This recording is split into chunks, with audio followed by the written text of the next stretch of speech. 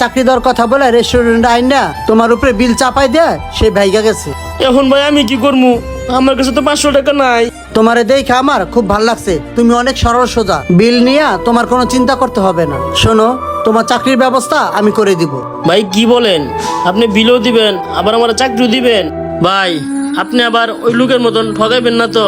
আরে না না ভাই, আমি ওই সব লোকের মতো না। আমার একটা গরুর খামার আছে, আমার গরুর খামারে একজন লোক লাগে, আমি একজন সৎ লোক খুঁজতেছি।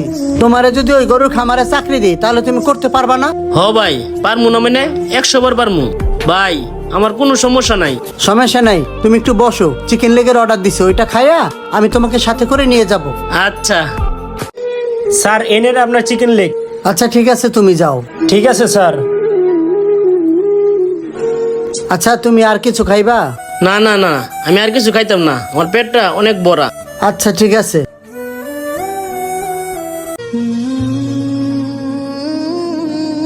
হায় হায়, নিচে আমার একটা লোক দাঁড়ায় আছে, তুমি বসো, আমি এখনই আসতেছি।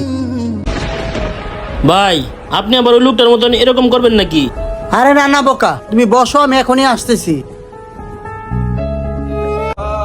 আরে স্যার আপনি কই যাইতেছেন? খাবারের বিল দিবেন না?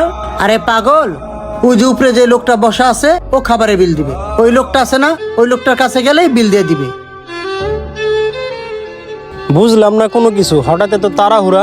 যাই আমি আমার কাজ করি।